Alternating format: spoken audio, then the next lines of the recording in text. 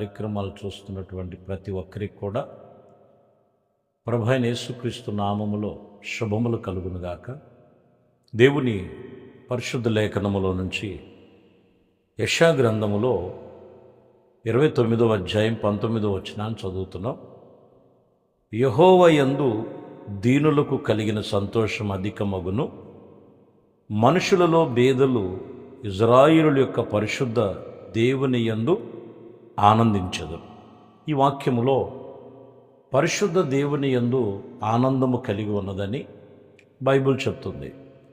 మనం లోకములో వేటి మీదో ఆలోచన చేస్తూ ఎక్కడో ఏదో ఉంది ఆనందం అనుకుంటారు, కానీ ఇవన్నీ తాత్కాలికమైనవి. నిజమైన ఆనందము దేవుడిలో ఉన్నది, ఆయన పరిశుద్ధ దేవుని యొక్క సన్నిధిలో. ఈ ఆనందం కొంతమంది చాలా దేవుని యొద్దకు వస్తున్నారు, వెళుతున్నారు, కానీ దేవుడిలో ఉన్న ఆనందాన్ని చూడలేకపోతున్నారు. దేవుడిలో ఉన్న ఆనందాన్ని పొందుకోలేకపోవటానికి గల కారణం ఏంటంటే, మొదటిగా వీళ్ళ యొక్క పరిశుద్ధత యొక్క జీవితాన్ని సరైన మార్గములో లేకపోవటం. అందుకని వాక్యం ఇక్కడ అంటున్న మాట, పరిశుద్ధ దేవునైనటువంటి దేవుని సన్నిధిలో నిత్యానందం ఉన్నదని మనం జ్ఞాపకం చేసుకోవాలి ప్రియులారా. అలాగునే మరి మరొక మాట యెషయా గ్రంథంలోనే రాయబడి ఉన్నది. 35వ అధ్యాయం 9వ వచనంలో మనం చదువుతున్నాం. అక్కడ సింహము ఉండదు, క్రూర జంతువులు దాని యొక్క అవి అక్కడ కనబడవు, విమోచించబడిన వారే అక్కడ నడుచుదరు, యెహోవా విమోచించిన వారే పాటలు పాడుతూ తిరిగి సియోనికి వచ్చెదరు. చూసారా, ఇక్కడ ఆనందం ఉంది. ఏంటంటే నిత్య సియోను గురించి మాట్లాడుతూ, నిత్య సియోనులో అక్కడ పాటలు పాడుతూ తిరిగి ఆనందముతో ఉండటానికి సంఘానికి దేవుడి యొక్క ప్రాధాన్యత ఇచ్చారు. ఇది ఎవరికేనంటే విమోచించబడినవారు, పరిశుద్ధ దేవుని చేత విడుదల పొంది విమోచించబడిన వారికి ఖచ్చితంగా దేవుని వాక్యం చెప్తున్న మాట, వారికి ఆనందము సంతోషము వారి జీవితాల్లో కలిగి ఉన్నదని మనం జ్ఞాపకం చేసుకోవాలి. ఈరోజు కొన్నిసార్లు ఏదో ఒక బలహీనతల్లో పట్టబడి అక్కడేదో ఆనందం ఉందని చెప్పి దానివలన దేవుడిచ్చే ఆనందానికి సంతోషానికి దూరం అయిపోతున్నటువంటి స్థితిలో ఈరోజు వాక్యం చెప్తున్న మాట, పరిశుద్ధ దేవుని యందే ఆనందమై ఉన్నదని, ఆ పరిశుద్ధతలో మనం నిలిచి ఉండాలని జ్ఞాపకం చేసుకోవాలి. యెషయా గ్రంథములోనే 35 మనం చదివాము, 10వ వచనంలో ఇంకొక మాట ఉంటుంది. వారు తల మీద నిత్యానందం ఉండెను, వారి ఆనందము సంతోషము గలవారై వచ్చెదరు, దుఃఖమును నిట్టూర్పులు ఎగిరిపోవు. చూశారు, ఎవరైతే ఆ పరిశుద్ధ దేవుని సన్నిధిలో నిలిచి పరిశుద్ధపరచుకొని దేవునితో నిబంధన చేసుకున్నటువంటి వారిలో నిట్టూర్పులు ఎగిరిపోతున్నాయి. వారు ఎలా ఉన్నారంటే వాళ్ళ తల మీద నిత్యానందం ఉన్నది, నిత్య సంతోషం ఉన్నదని వాక్యం చెప్తున్నమాట. ఎందుకంటే యేసుప్రభు వారి లోకములో ఆయన రావటం గల కారణం ఏంటంటే సంతోషము సమాధానము కలుగు చేయటానికి వచ్చాడు. ఆయన పుట్టినటువంటి ఆ సమయాల్లో చూడండి, దేవదూత కూడా వచ్చి చెప్పిన మాట ఏంటంటే, ఇదిగో సర్వోన్నతమైన స్థలములో దేవునికి మహిమ, ఆయనకి ఇష్టలైన మనుషులకు సంతోషము సమాధానం అని చెప్తూ దేవదూతలు చెప్పారు. అలాగే ఆయన చూడటానికి వచ్చినటువంటి జ్ఞానులు కూడా చెప్తున్నటువంటి మాట మత్తయి సువార్తలో 2వ అధ్యాయం 10వ వచనంలోకి వచ్చాలకే, వారు ఆ నక్షత్రమును చూసి ఇదిగో అత్యానంద భరితులై ఇంటిలోనికి వచ్చాను. చూశారు, యేసుప్రభు వారిని చూడటానికి వారు ఎంత అత్యానందముగా వచ్చి ఉన్నారో, యేసయ్య ఈ లోకములో నిట్టూర్పులు కొట్టివేయటానికి, విచారాలు కొట్టివేయటానికి, ఆయన మనల్ని నిత్యానందముగా ఉండటానికి లోకమునకు సర్వశక్తి కలిగిన దేవుడు ఈ లోకనాథుడుగా వచ్చారని మనము జ్ఞాపకం చేసుకో.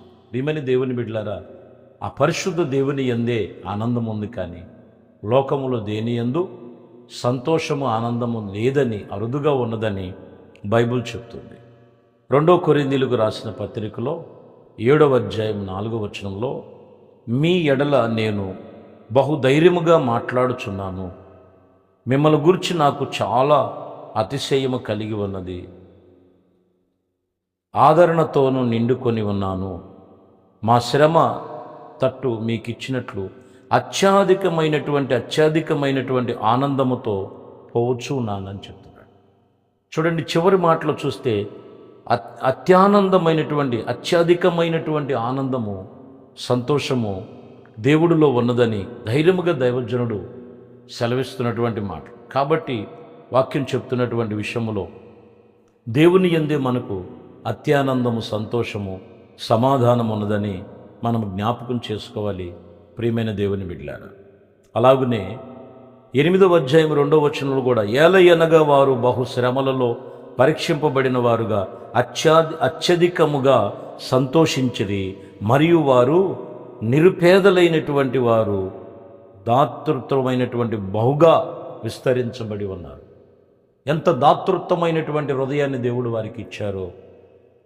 వారు బహుగా శ్రమలలో ఉన్న వారిని పరీక్షించబడి అత్యధికముగా దేవుడు వారిని దీవించినట్లుగా, సంతోషముతో నింపినట్లుగా రాయబడి ఉన్నదని మనం జ్ఞాపకం చేసుకోవాలి. ప్రియమైన దేవుని బిడ్డలారా, పరిశుద్ధ గ్రంథములో నుంచి మనము ఈ మాటలు మనము చదువుతున్నటువంటి మాటలు ఇప్పుడు దేవుని యందు మనకి సంతోషం ఉన్నది, సమాధానం ఉన్నదని మనం ఎరిగిన వారమై ఉండాలని లేఖనములు మనకు తెలియచేస్తున్నాయి. పరమగీతములలో మీరు చూస్తే అక్కడ రాయబడి ఉన్నది 2వ అధ్యాయము 2వ వచనములో బలకరమైనటువంటి ప్రతి విషయములో అక్కడ రాయబడినటువంటి విషయములో చెట్లలో వల్లి పద్మము వంటి కనబడుతున్నటువంటి స్త్రీలలో అక్కడ ప్రియురాలైనటువంటి కన్యకను గురించి మాట్లాడుతూ కనబడుతూ 3వ వచనం, అడవిలో వృక్షములను, అడవి వృక్షములు, జల్దర వృక్షములను, పురుషులలో నా ప్రియుడు అట్టివాడై ఉన్నాడు. ఆనందభరితునైనైతేనని ఆయన నీడను నేను కూర్చొని ఉన్నానని, అతని ఫలమును నా జిహ్వకు మధురముగా ఉన్నదని ఎంత చక్కగా ఇక్కడ వర్ణించి ఇక్కడ జ్ఞాని అయిన సొలొమోను రాసినటువంటి మాటలు మనం చూడొచ్చు. అంటే యేసు ప్రభు వారిని పోల్చి ఇక్కడ మనం మాట్లాడుకుంటున్నటువంటి మాట. ఆయన నీడన మనకు ఆనందం ఉంది, ఆయన సన్నిధిలో మనకి సంతోషం ఉంది.